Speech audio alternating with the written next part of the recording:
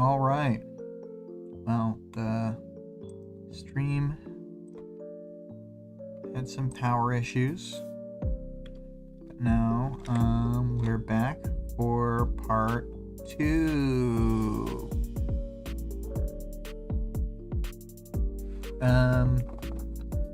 Wow, that means I'm gonna have to use this image as one of the thumbnails. I was planning to only use the other image. Well, people will get to see the glorious wolf forever on the thumbnails. Anyway. Now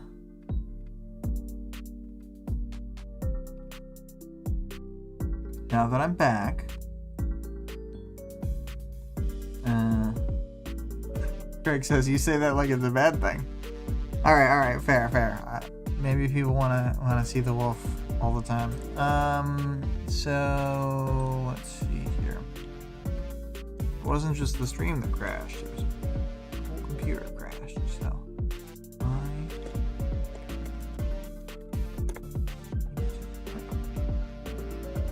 chapter back in progress. Okay.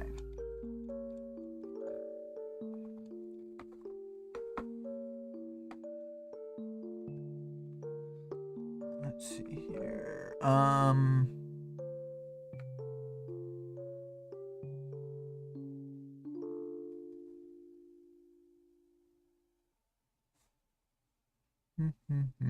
Oh yeah, I did miss saying that there's the part where it doesn't look good for Gully's career if she goes against orders and da-da-da-da-da, and she's just like, do you think that that's actually going to work on me? I'll know I'll never get promoted. I look like this, and you guys are haters. Total haters. So Gully has a pretty real view of this whole thing. And so you know, we get to the point where we've already revealed the triumvirate. Oh, gasp. And then you know, just as I was saying, is the stream cut out, the ground's rumbling and crumbling, and then you know, Legend shows up. Tattletale thinks he heard, but he's like, nah, dog, I was lip reading. I'm awesome. And then he says that he admits it and says, the cat's out of the bag. Like he's a 40s guy. And then, you know, Gully's shocked that it's true. She was already in shock, but she's double shocked now that she has confirmation from non-Tattletale sources.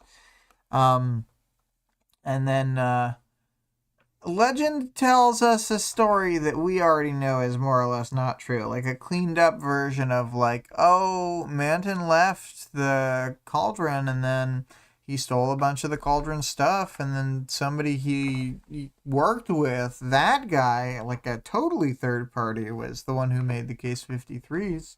So, like, it's not even my fault.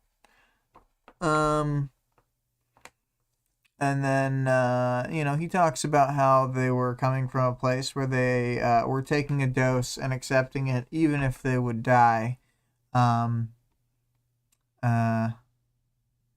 And then they find out that the travelers got their, you know, vials from basically a lost transaction because of the Seamerg. And then they tell Mirrodin that, you know, he's actually encountered Trickster and Echidna when they first had powers. And he's like, oh my god, I remember that part of Arc 17. I have a flashback. Unfortunately, we don't get a whole interlude where we see Mirrodin's whole life flash before his eyes. But, you know, what are you going to do? And then they talk about Cauldron taking people from other worlds.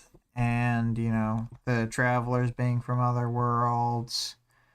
I mean, it's a pretty important conversation, but there's a lot of talk, and it's, I mean, even if I were writing stuff up, I'd be having to skip past a lot of this.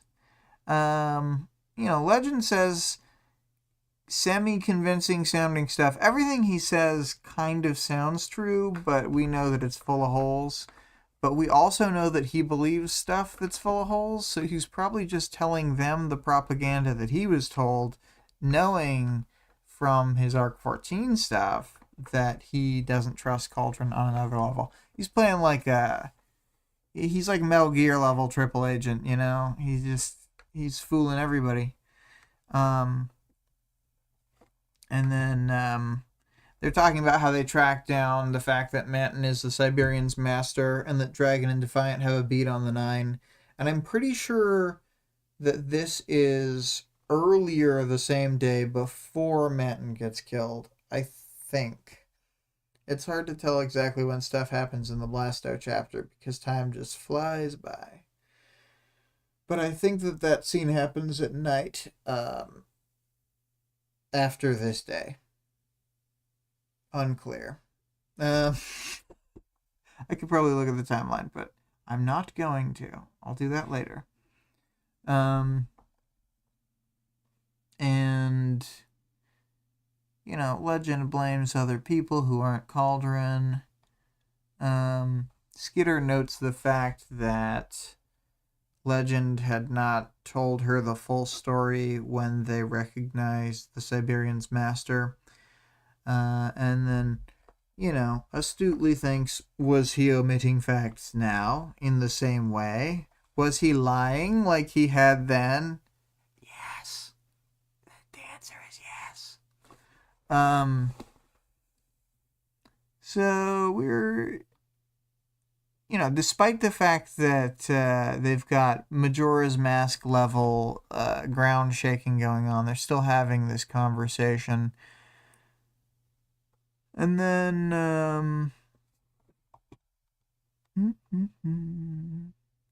then some bugs fly around, touching against people's faces, Tattletale to get her to notice. And then she finally backs down and doesn't keep pushing things. The whole time we keep getting lines like, the rumbling continued, steadier now. And then, they're learning. Boop, boop, boop, boop. Well, Mirrodin asks, is what Legend said everything that you guys wanted to say?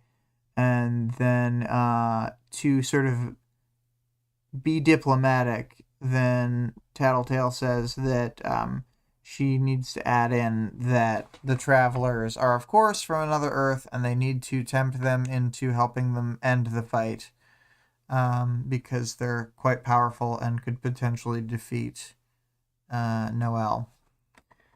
And then, Echidna pops up. And Chevalier... Skitter yells for Chevalier to warn everybody that Echidna's up, and she's not coming up from where they think because she was teleported before emerging from the ground. And so she emerges from some other hole and then grew the Echidna grew. He teleports all the defending forces who had all been set up at set intervals. They were all ready for the fight. They all get thrown out of place just almost immediately. And then, however she had gotten there, a side tunnel or whatever, she had dug up through the ground, and now they're hosed. She's in the midst of everybody. It says that she was nearly twice the height she'd been before, to the point that the human body on top was minuscule, a speck by comparison. A human figure atop a broad 3-story building. And boy, I have news for you guys. I got a new art that reflects this. This is the one I was very happy with. I did it very quickly, and for my standards, it only took me like 30 minutes to make this entirely. And that's including the small bit of research I did to make the stick figure accurate to how big a human would look on top of a 3-story building. So, yes, I'm quite happy with this image, and this is what I wanted to be the thumbnail to begin with. Anyway, so we're reaching the end of the chapter as we see Big Echidna. Before she was Medium Echidna, and now she is Big Echidna. Greg's glad it's to scale accurate, and the thing is that it's the little touches that matter. I mean, I could put like a little. I could have like had half the height be her, and who knows, everything looked terrible. But her being a little speck that is size accurate is fun for me. And look at all the little faces. There's a couple of them that are smiling. And there's like some stuff that you could be like, oh, is that an independent eyeball? Or is that whole section a face? And in honor of Rachel's dogs, a cute dog face on the left side. And all kinds of feats. There's squid tentacles, a human foot, some sort of goblin foot, a goat foot, rhino foot, or maybe an elephant foot. All kinds. And there's a silly face at the top right with a squiggly tongue that I really thought was funny. I really just let it take shape on its own as I went. I'm like, what could go here? What could go here?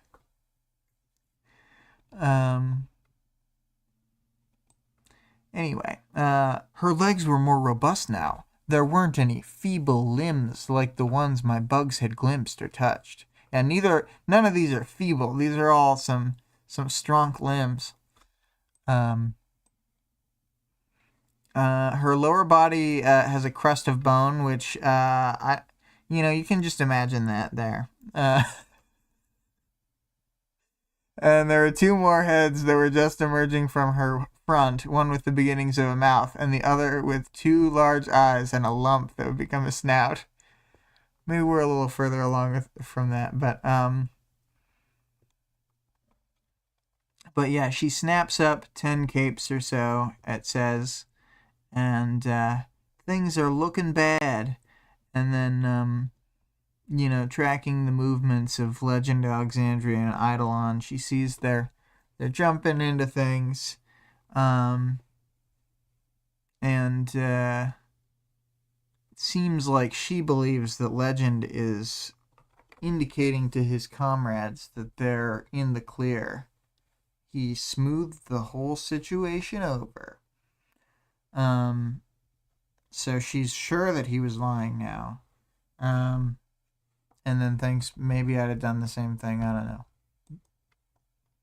And that's where the chapter ends. Final chapter thoughts. It's very revelatory about Cauldron to the characters. We see, some interesting stuff in how these different heroes view the world. And I think it's pretty good overall. It's got good dialogue. It's just hard to not direct quote a bunch of things. I don't want it to just be me reading the chapters, so had to kind of skip along past a lot of that good dialogue. We get some good Regent moments. I'll call that out. Regent gets some funny stuff, like the no human sacrifices. But moving on to 19.5.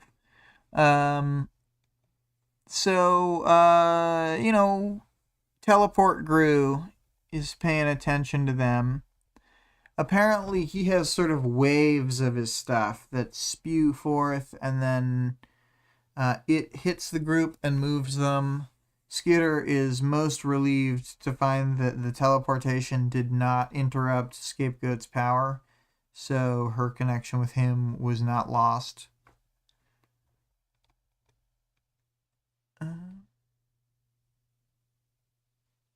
So, with the scattered battle lines, they're trying to get back into order.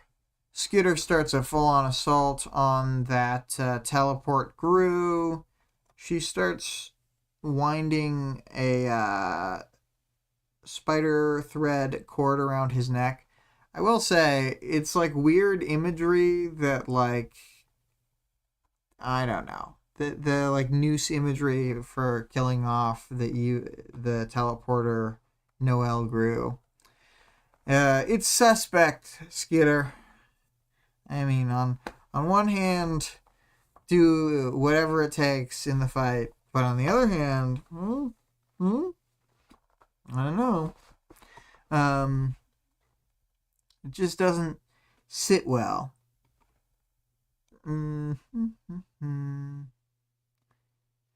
She's trying to hamper him at first, maybe tie him to something, and kind of just thinking of ideas, but isn't giving away the thread for now. The Triumvirate fly in with a bunch of other flying heroes, and, they're attacking Echidna full on. Alexandria's doing some punches and grabbing up telephone poles or light poles, hitting people with big objects. The kind of stuff you normally do. Eidolon uses a time slow bubble. That's pretty fun. We all love time slow stuff, especially when you use time stop to stick Dauntless in frozen state forever. Isn't that a good reminder of our fallen comrades? Skitter finds that the teleporter Gru was able to teleport out of the thread, and she has her bugs ferry the thread back to him. He's still got, like, the tie around his neck, I think, and they just sort of reconnect the things. At first, she's thinking, I'll probably just wait for the venom to take him down, but I think correctly, since she has unlimited actions per minute in this regard, she is bringing the bugs to continue the rope attempt regardless. There's some fighting between the Triumvirate and Echidna. They're both quite powerful.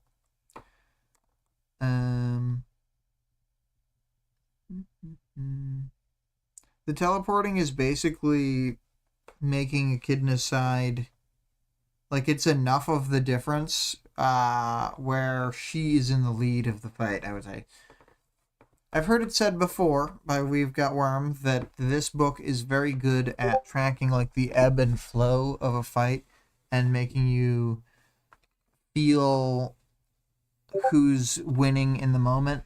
And right now it feels like they're winning and that the source of the winning is the teleportation. Echidna's getting moved around the battlefield. Heroes are getting moved out of the way. It's the whole package.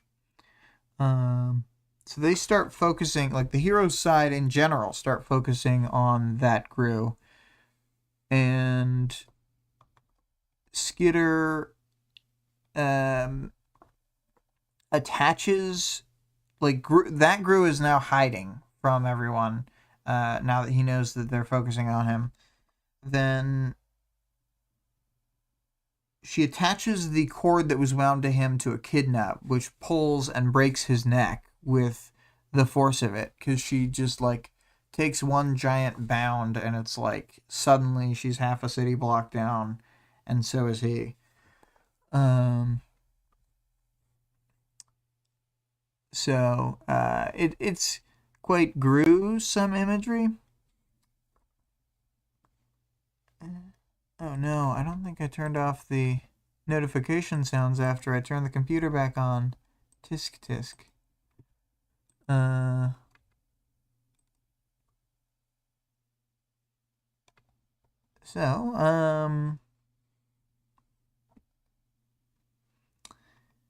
They kind of,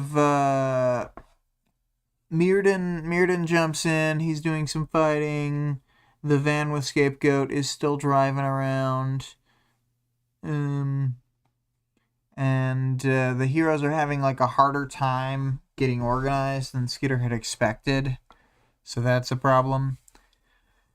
She begins to draw out information above Echidna, arrows pointing to major heroes. She's spelling out names in the air in multiple different directions so that it can be seen from multiple different directionality. And the arrows are different sizes based on how far away the target is. So it's like a whole elaborate thing, but she is directing the battlefield and giving a HUD to everyone. An organic bug HUD.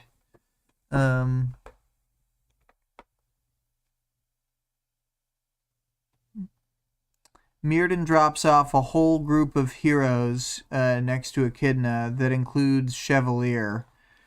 The two of them get sort of described fighting together, where Chevalier's hopping in. I'm not sure if we've discussed much on this stream, but his power is to sort of mix and match the properties of objects. So he makes a sword that's giant and ultra dense, but he swings it around like it's a tiny little sword. So he is able to swing this like 10-foot ultra dense or 12-foot ultra dense sword and just like smack the shit out of his opponents. And then Mirrodin is alternately like shooting beams out of portals or like using vacuum portals. The thing he does directly here is he uses I don't know if it's in this moment or later in the chapter, but he uses this like vacuum power to vacuum in a spot really dense, and with this ultra condensed like piece of gore that's mostly like dead clones and like rubble and stuff. He uses this as a bullet against Echidna and launches it at like hypersonic speeds.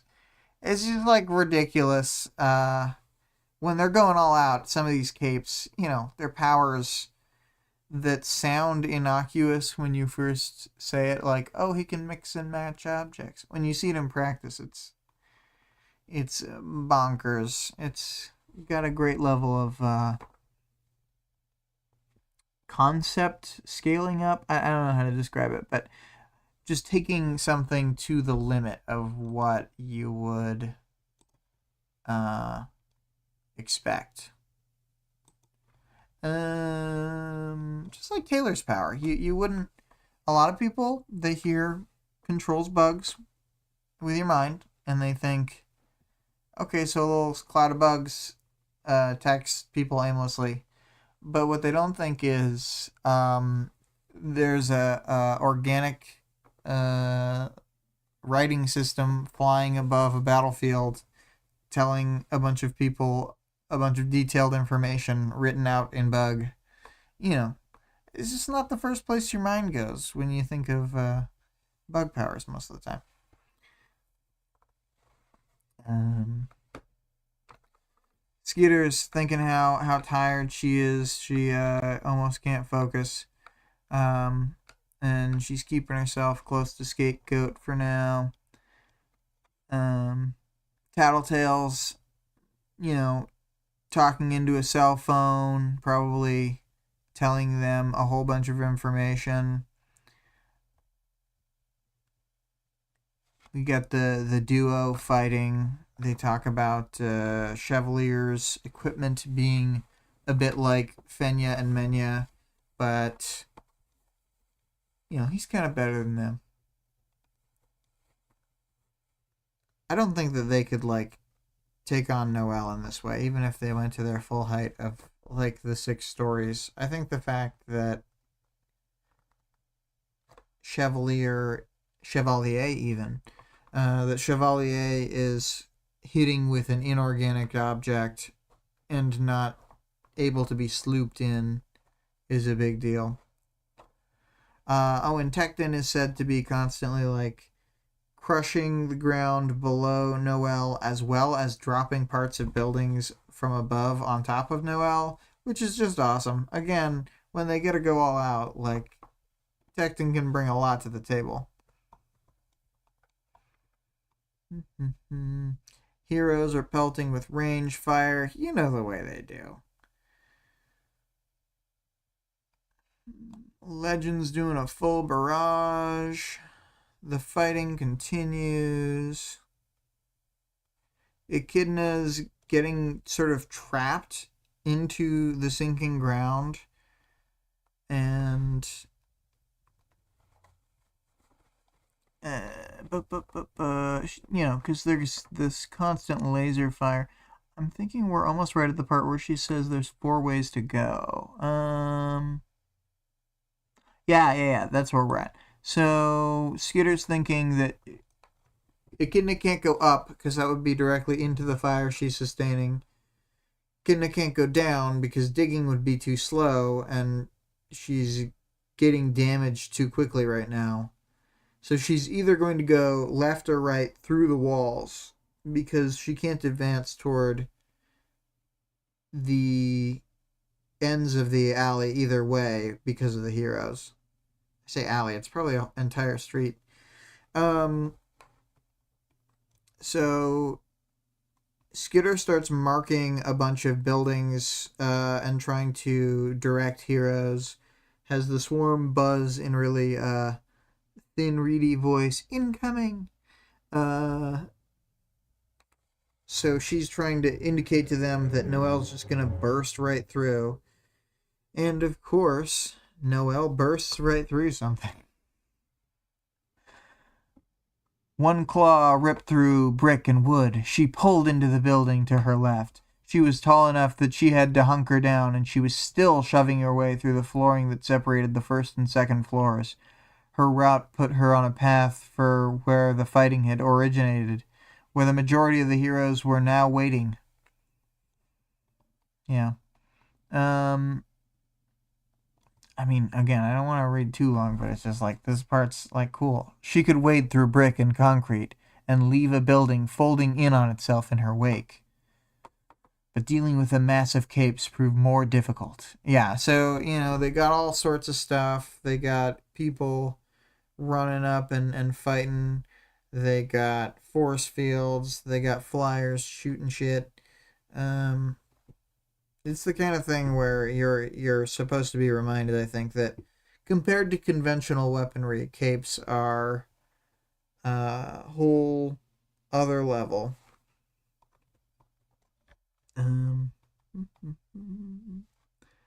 Weld is in there and Wanton, who can't be affected by Noelle.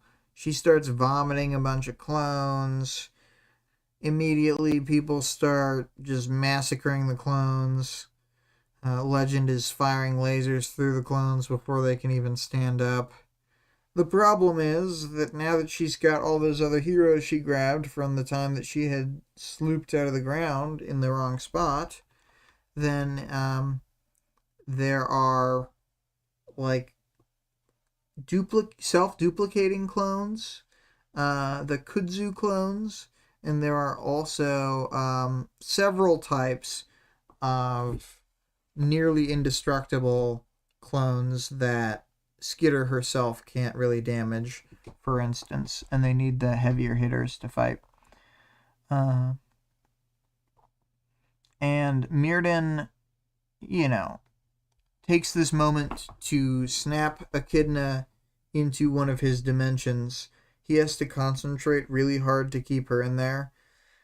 And everybody else takes this moment to fight the clones. I had thought to myself, is it possible that it was bad to put her in there because she would be healing while she's not under fire? And it's hard for me to say. I mean, it's probably good that she wasn't there leaping around while they're trying to fight the clones. But on the other hand, fast heal.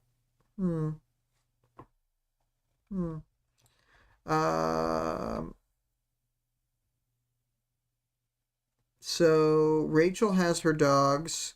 Oh, I can go back to the. Rachel has her dogs plowing through the enemy clones. Bentley is in the front doing, you know, the main bulldozing, but then a bunch of different medium-sized dogs that are only partially transformed are chained up to like a lattice work of chains and dogs that are just like completely trample killing. I mean, she says that Rachel's doing what she could to ensure none of them were killing, but on the other hand, if you get stomped on by a monster, you usually die. So there's that. They're just taking out as many clones as they can. Apparently, like 100 clones came out, and Skitter's thinking when she reappears from the dimension, probably like 100 more are gonna show up. So, what a disaster.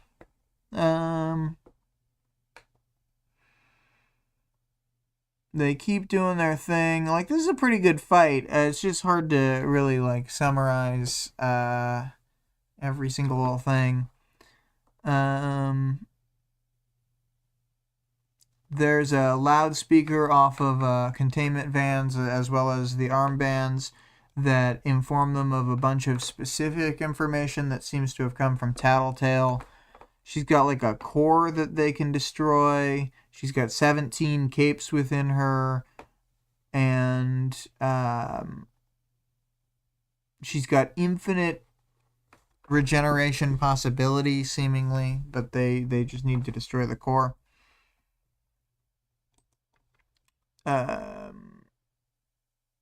So Scapegoat is about to do his thing. Weld grabs up a clone, a lady clone, and holds her down, and Tecton and Wanton help move her. Then Scapegoat has Skitter land. Once she lands, then Scapegoat starts in on the clone. Skitter feels all the bad, weird sensations she did when she was first getting his treatment. And then after like a few moments of this, and she's focusing herself, she's trying to take herself out of this bad feeling by killing clones. You know, when they kill, then you know things are. You're not thinking about the phantom pain. This is when we see the kudzu thing, where more and more clones keep multiplying. And wow, she's really taken a little bit of time. Wow. Well, I just realized there's sort of a parallel here. She's thinking of how the clones were like paper skin, like super fragile, and she is just on the like outer edge of the state she was in for a couple chapters of having to think of herself as being made of glass or whatever. Tattletale not even wanting to take her hand to stand up, like this whole thing. And she is using her bugs to kill through people who are the same. There's got to be something there. But yeah. One of the wards, Jouster, is like, "Oh, kudzu," when he sees a dead clone, and then another one's like, "It's not really her, man." They definitely talk like surfers, because when you're from New York, you talk like you're from California.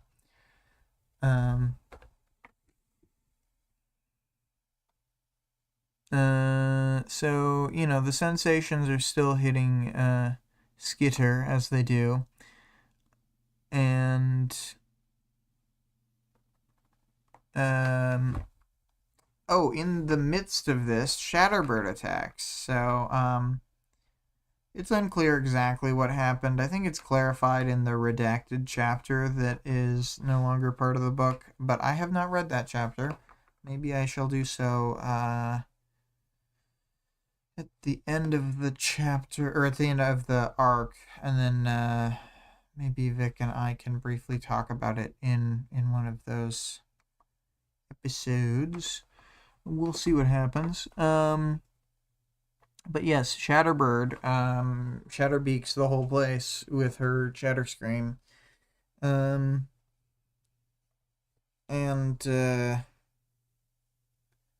Skitter throws her cell phone and stuff, tries to get people's armbands off, but they get kind of blasted as a general rule.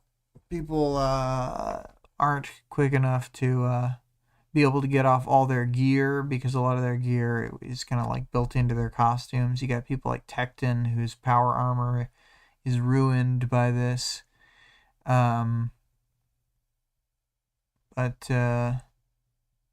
Oh, and yeah, I forgot, Chevalier gets blasted in the face. He gets a glass blast to the face. He's still fighting. He never stops. He could be like totally blind, have all his... He's like the Black Knight from Holy Grail. He could have no limbs. He'd still be trying to fight. Let's see. Skitter sort of theorizes on what could have happened to bring Shatterbird back into the fight, but none of it's very convincing. It's all plausible enough, but the heroes are getting organized.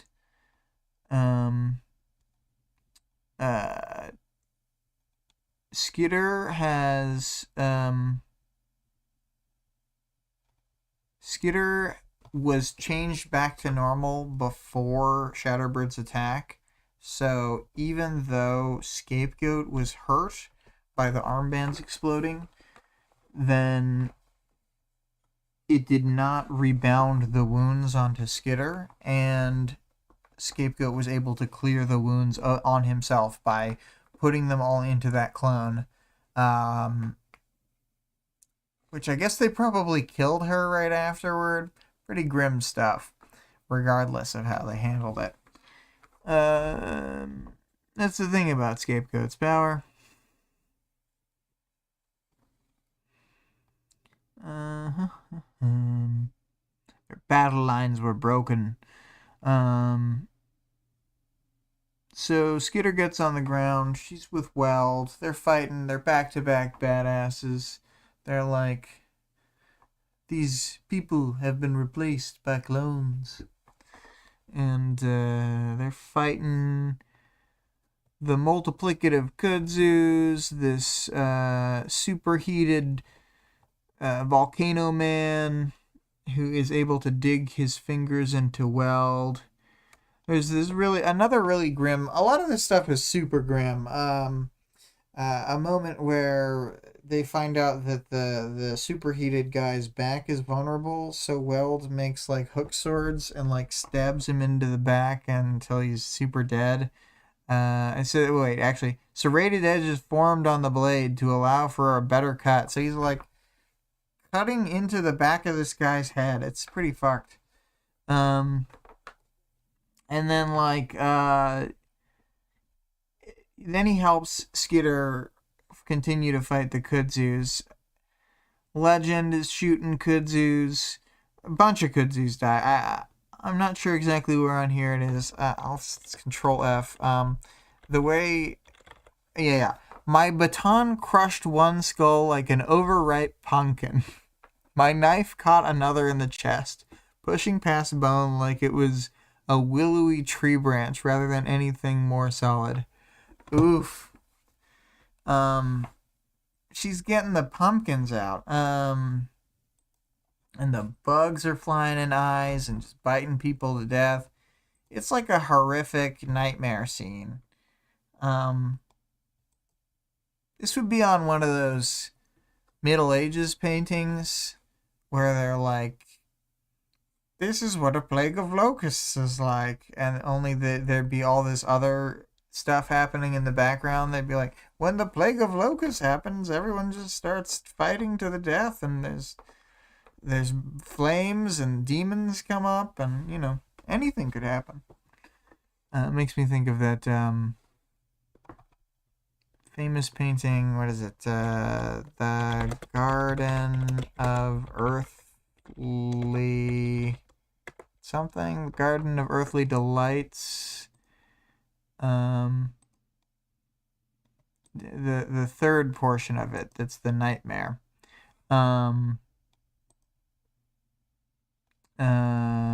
Anyway. The Garden of Earthly Delights nightmare triptych aside, this scene in Worm is quite the battle.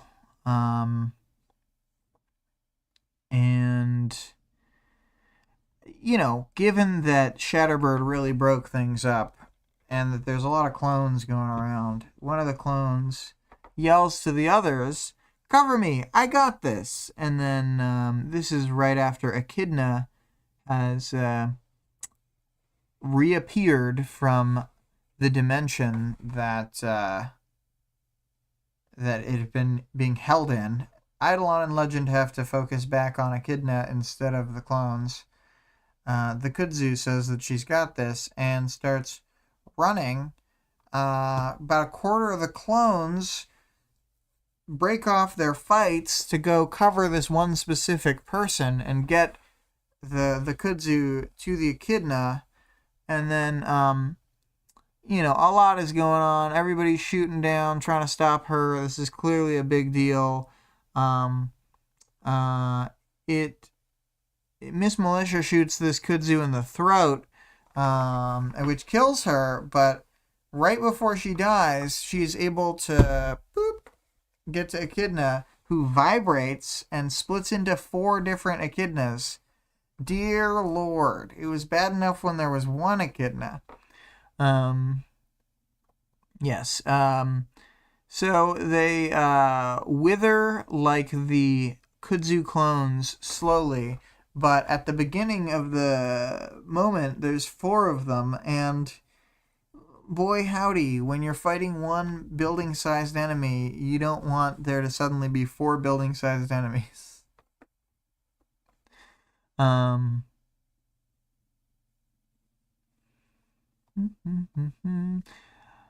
Yeah, Skeeter thinks about how Echidna is probably not like in the super brainy mode. She's probably in like some sort of a rage state, like Skeeter had heard from the armbands relaying the Tattletale information. Then thinks about people whose powers had huge ranges, because she's thinking about clones, you know. Then thinking about powers that were supernaturally powerful. I would imagine that some of the people with really good powers, if they went through Noel's clone factory, like you could still get some weenie versions of their power if the variation was wrong. But anyway, yeah, she's thinking about having the right power for the right situation. And then, yeah, thinking about how it's like all these chances being stacked because they keep getting more clones and stuff. It's some interesting thoughts as these Echidnas are charging toward them with the force fields up and stuff. And,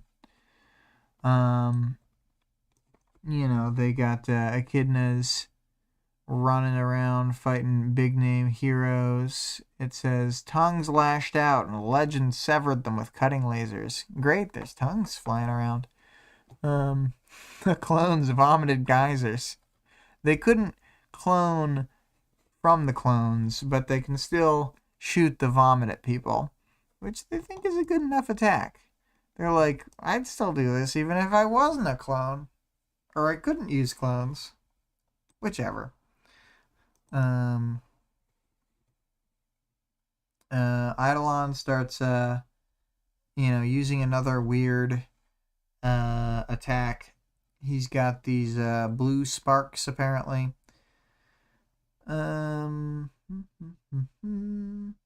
But before he gets to do his thing,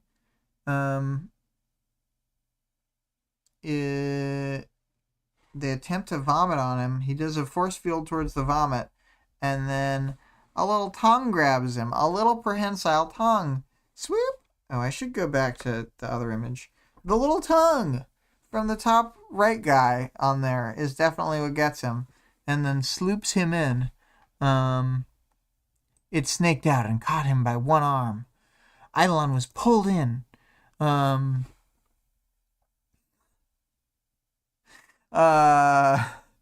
I forgot about the fact that he gets clipped on his own force field.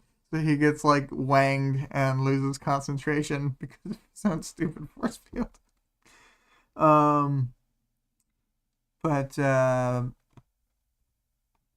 Yes. Oh,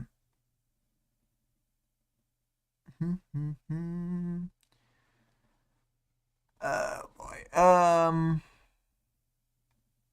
So the echidna doubles are able to, like, Alexandria was getting snaked by a tongue, and they were able to stop that. But then 2 of the 3 fake echidnas jump at Alexandria, and they are quite powerful. And then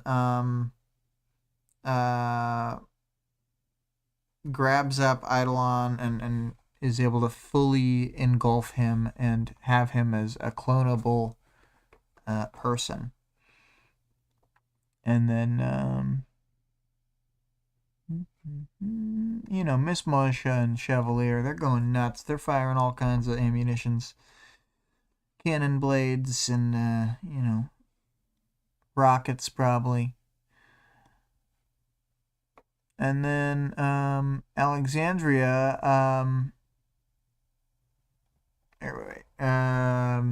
so Echidna is like slurping up her own dissolving, like, double to grab Alexandria, who's being held between them. And she bites up Alexandria and swallows her too. So she has Eidolon and Alexandria. And then they say a hush ran over the crowd because it's obvious that this is quite bad. Echidna takes a moment, makes sure to make proper versions of them. She's using her timing attacks here to make sure that they're not too baked or underbaked. And she spits out an Alexandria who's close enough to the real Alexandria that heroes immediately are able to recognize her as Director Rebecca Costa Brown. Dun dun dun. The head of the PRT and Alexandria were one and the same. The audience has known this for only 4 arcs. And then Skitter says she says, I couldn't bring myself to care.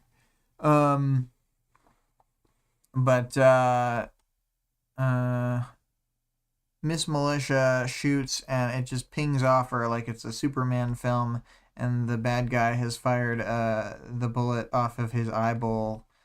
That famous scene from the 2004 or whatever Superman. I have no idea how much time has passed since that movie came out.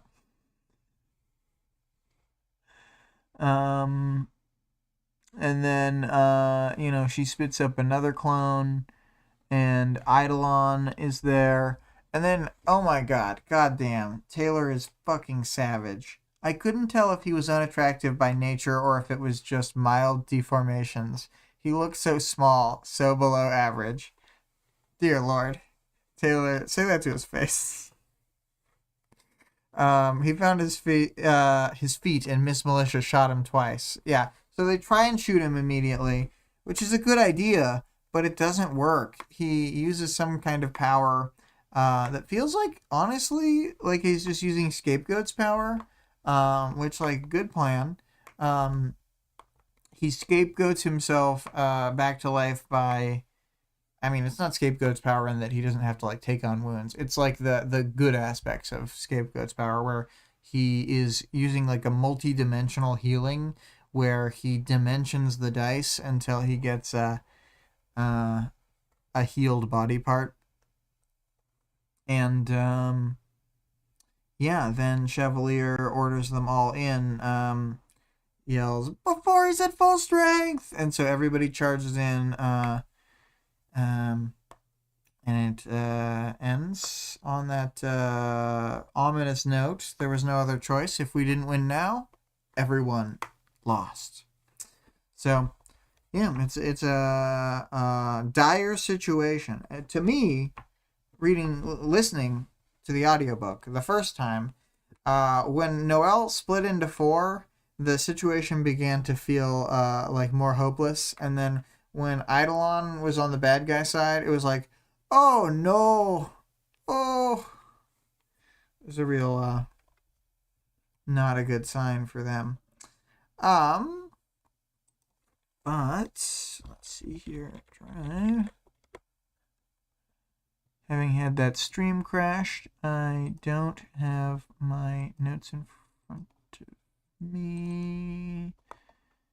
Okay, so, yes, I guess I'd want to talk about the final chapter thoughts. A really good fighting chapter. Again, hard to summarize, but very dense fighting. A lot of powers get trotted out. Like, a lot of stuff goes on. Just people are constantly dipping in and out of action, and it all makes sense. It was all easy to follow, in my opinion. Yeah, I really like this chapter in that way. It's brutal. It's totes brutes, as they say. And yeah,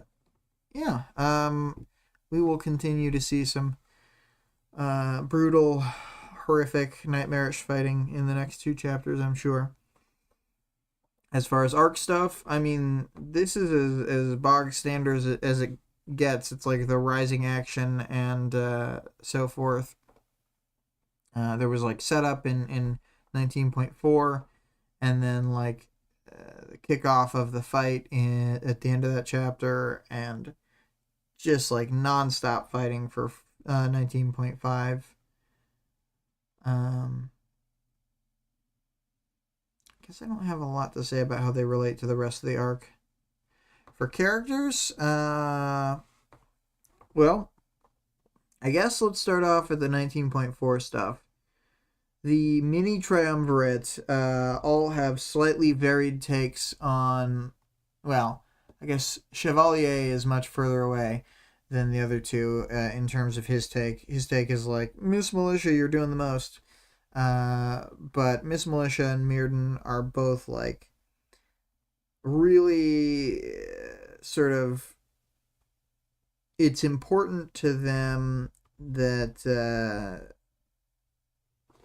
sort of the Tattletale doesn't reveal this information to other people, doesn't cause division in the ranks, etc.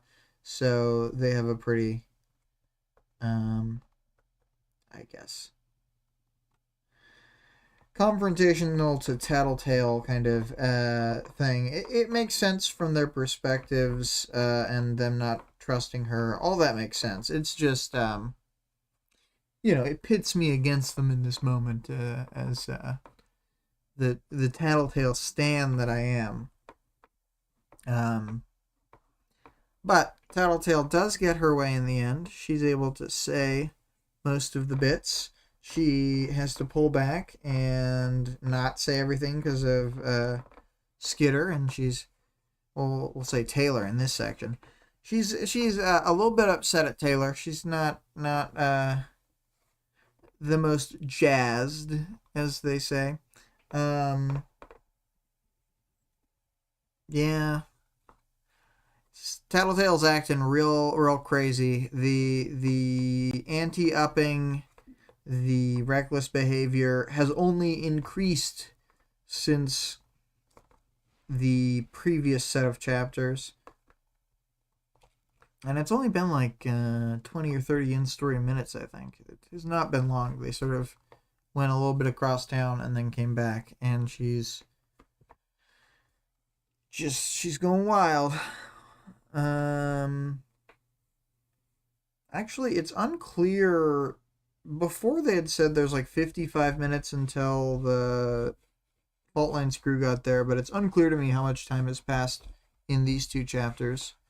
It's obviously important when Noelle arrives because of, or I mean not Noelle, when Elle arrives because of Tattletale's whole gambit revolving around the idea that they can make a portal to the other world where the travelers are from, to Earth Aleph. Anyway, characters. Skitter is doing the thing. Taylor's like, don't think about it. You're not killing real people, so just, it's all good. She's bottling it all up because, I mean, she's getting some kills that would be brutal by Mortal Kombat standards, She's just like really destroying people's bodies. And Regent, sort of in his own way, is like, things are getting out of hand, because he is almost the one calling for sensibility out of the four remaining Undersiders. I gotta say, the Undersiders, with only these four, is like a strange unit, especially with how crazy Skitter and Tattletale are going. Then Alec is sort of left with no rock since Brian's not there, and he doesn't have Aisha to bounce off of. It's a strange place to be. Mm-hmm. Rachel's being a fair number of dogs because of that. Yeah. Legend. It's important to talk about Legend in this chapter. He proves another smooth liar. We've known that before, but he does it pretty well here. He comes up with a plausible lie that he can kind of sell. And he's admitting some stuff, but not other stuff. Skitter can see through it, but I can easily imagine someone not seeing through it.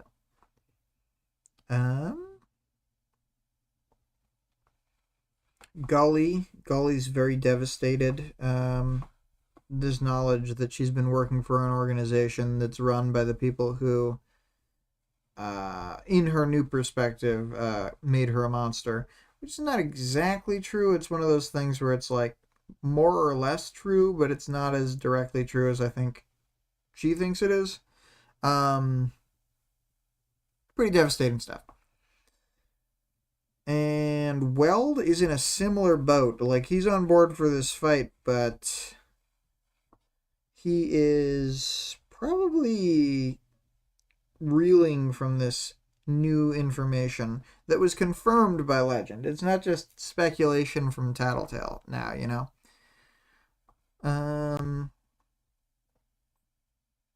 As far as Powers, knowledge, and world building, we do get a decent amount. We learn that, we see Skitter noticing how many capes are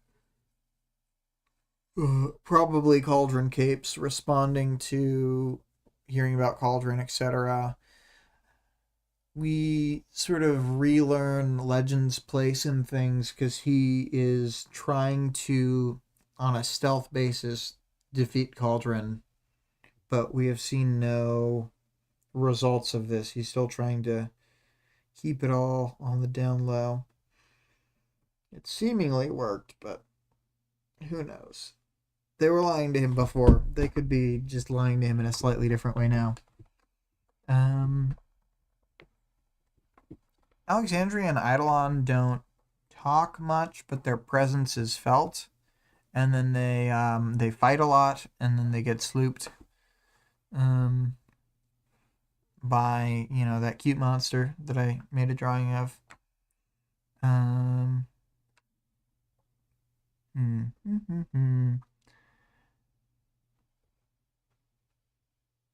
Tecton took the initiative while they were gone to sort of take this to the mid-level triumvirate, the mid-triumvirate, and it's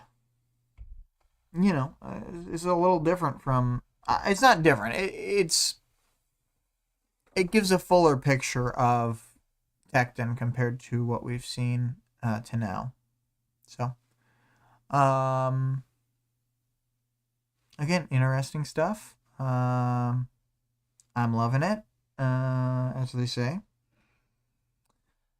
As for anything else, powers, knowledge, and world building, we get to see all sorts of sweet powers. We get to see that heat guy, like melting weld. We get to see some multipliers. Sometimes you multiply yourself. Other times you multiply other people. So, lots of cool little things. We get to see people going all out, whether it's Tecton or Legend or Eidolon. Just a lot of people going all out.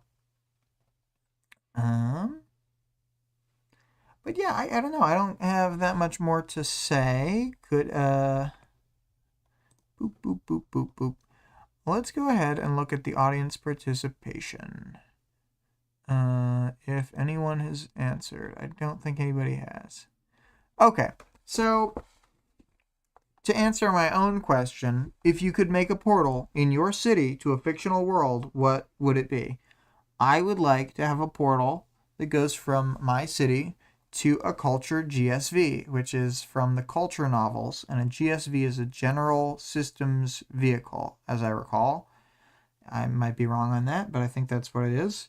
And a GSV is like a huge city-sized spaceship that can hold massive amounts of people.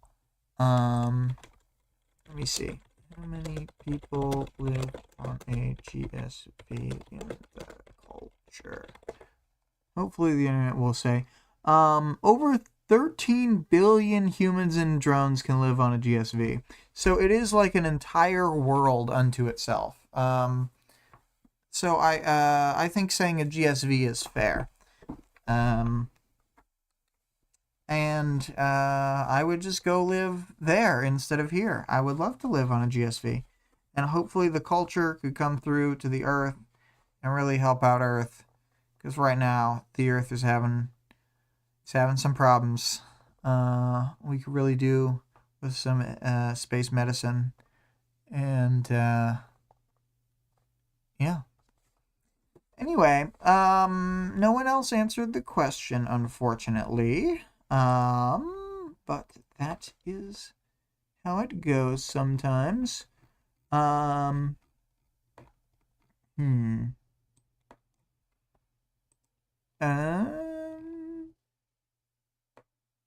Next two chapters. All right, so 19.6 / 19.7. In these chapters,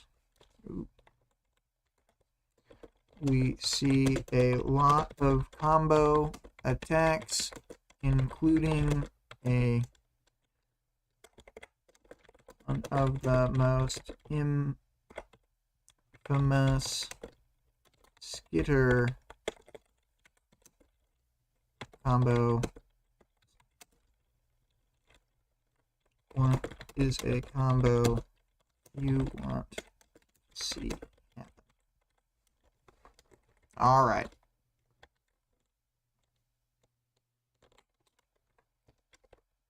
It's pretty quick to come up with that question on the fly.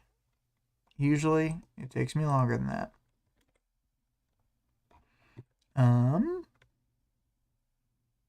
All right. Well, it's been a bit of a light one, and as I did the art, I was ill prepared on the chapters, as I often am anyway. But I think that's all right. I'm very happy with my two little artworks. start up the outro music. So, as always, the music we've been using has been by ScarlettXOX. This track for arcs 18 and 19 is Queen Scourge. You can find Scarlett at twitch.tv/Scarlett_Rogue. She's been doing a series every other weekend on Sunday called Gas Station Blues. So you can check that out. It's about kind of a detective in a sci-fi setting on like an ice world. It's got a lot of ins and outs. She realized that she's a clone, so that's a spoiler from the very first episode. But anyway, you can find our Discord server link in the description of the channel as well as the stream. The author of the work being discussed can be supported on Patreon at patreon.com/wildbow. The full text of the work is available for free online at parahumans.wordpress.com, and there is also a fan-made audiobook of the entire work at audioworm.rain-online.org. Thank you guys for being here, who have been in the chat, and I will see you at the next stream.